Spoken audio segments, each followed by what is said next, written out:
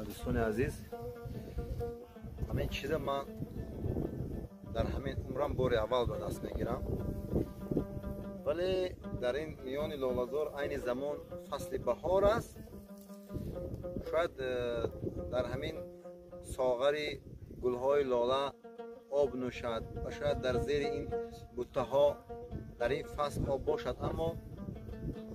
این یک جانور است که در خشکی یعنی که زندگی میکند، شاید به آب اونقدر نیاز ندارد، اما به هر حال به این سنگپشتک در این دشت صحرای مثلا کم آب برای رو کامیاب میخواهیم تا که در اینجا یک زندگی خوش در این منظره زیبای تاجیکستان داشته باشیم.